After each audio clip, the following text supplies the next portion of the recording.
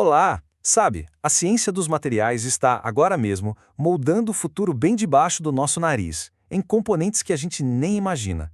E hoje, vamos desvendar um pouco desse universo.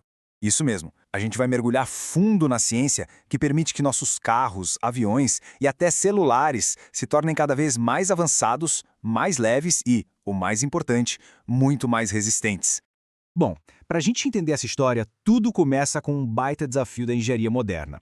Essa busca sem fim por materiais que consigam superar os limites do que a gente acha que é possível.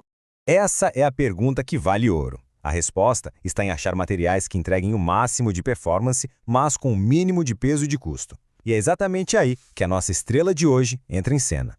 Olha, o alumínio por si só já é fantástico. Ele tem uma relação entre resistência e peso que, nossa, de cair o queixo, muito melhor que a do aço, por exemplo. Mas, sozinho, ele não é perfeito, né? Ele pode sofrer com a corrosão e, para umas aplicações mais pesadas, a resistência dele precisa de um empurrãozinho. E é aqui que a ciência dos materiais mostra sua mágica, transformando um material que já é bom em um verdadeiro supermaterial. A solução é criar superligas. E existem basicamente duas formas principais de se fazer isso. Pensa assim, de um lado a gente tem as ligas metálicas. É como se fosse uma receita de bolo mesmo. A gente mistura o alumínio com outros metais para conseguir um resultado com propriedades únicas. Do outro lado, a gente tem os compósitos de matriz metálica, os MMCs. Aí a coisa é diferente. A gente não só mistura, mas reforça a estrutura do alumínio com partículas super resistentes, criando algo totalmente novo. E olha só que interessante o impacto disso na prática. Dá uma olhada nessa comparação. A liga 7075, que é usada na indústria aeroespacial, tem quase o dobro da resistência da liga 6061, que já é bem forte. E como? Simplesmente adicionando zinco e cobre na receita. É uma pequena mudança na química que dá um salto gigantesco na performance. Ok, beleza. A gente criou um material novo no laboratório. E aí, como é que a gente sabe que ele é bom de verdade? Como a gente garante que ele é seguro para usar num avião, por exemplo? A resposta para isso é a caracterização de materiais. É nesse ponto que começa o trabalho de detetive dos dentistas. A gente usa um monte de ferramentas sofisticadas para fazer um verdadeiro check-up no material e entender nos mínimos detalhes do que ele é capaz. Então, vamos entrar no laboratório para ver como essas ferramentas funcionam na real, respondendo às perguntas mais importantes. A primeira coisa que todo mundo quer saber, claro, é: esse material novo é forte mesmo? Ele aguenta o tranco?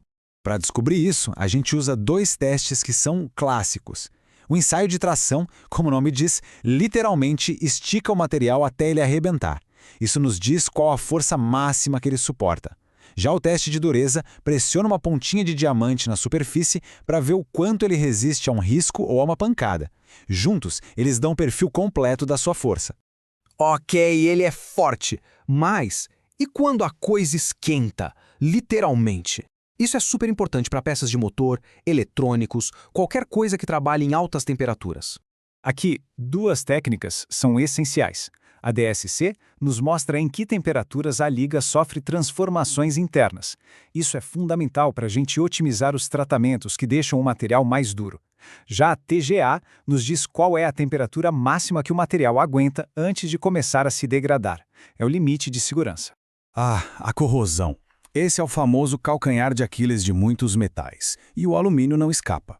Criar uma camada de proteção é essencial, mas a gente precisa ter certeza de que essa proteção funciona de verdade.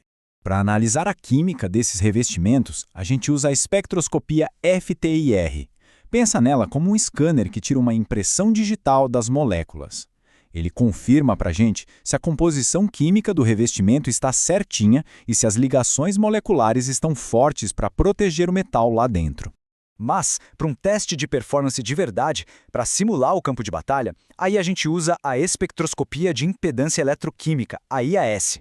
Ela basicamente simula as condições de corrosão e mede em tempo real o quão bem o revestimento está se saindo. É o teste de fogo que separa os bons dos excelentes. Então tá. Depois de toda essa ciência, de todos esses testes super rigorosos, no fim das contas, qual é o resultado? Onde é que a gente vê o impacto de tudo isso? O impacto é simplesmente gigantesco. Essas superligas de alumínio estão no coração da tecnologia moderna. Elas fazem os aviões serem mais leves e gastarem menos combustível, os carros serem mais seguros e eficientes, e os nossos eletrônicos, bem, muito mais resistentes e duráveis. Mas a história fica ainda melhor, Porque hoje em dia, falar de inovação em materiais também significa falar de sustentabilidade. E isso aqui é sensacional. Muitos daqueles reforços usados para criar os compósitos super resistentes são, na verdade, resíduos industriais e agrícolas. A gente está pegando o que seria lixo, como o pó de vidro ou cinzas de usinas, e usando para criar materiais de altíssima tecnologia. É um ciclo perfeito de inovação com responsabilidade. Então, o ponto central é este. O avanço da tecnologia depende deste processo contínuo. A criatividade para inovar o material, a disciplina para testar ele sem dó com todas aquelas ferramentas e a confiança para validar e levar ele para o mundo real. É isso que nos leva para frente. Essa viagem pelos bastidores da ciência mostra como o futuro é construído, né? Passo a passo, teste a teste. E a pergunta que fica no ar é: com essa combinação de criatividade e ciência rigorosa, qual vai ser a próxima barreira que a gente vai quebrar? O que o próximo supermaterial vai nos permitir construir?